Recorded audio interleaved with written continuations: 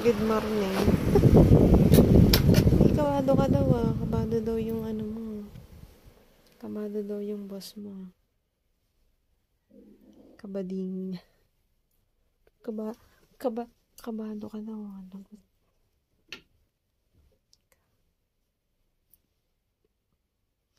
Lagot ka.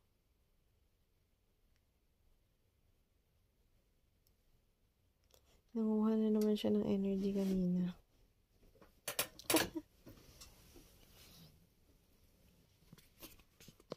7 months premature.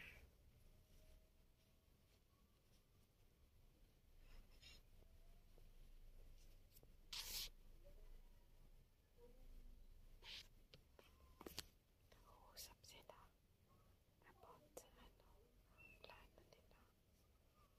about sa plano nila.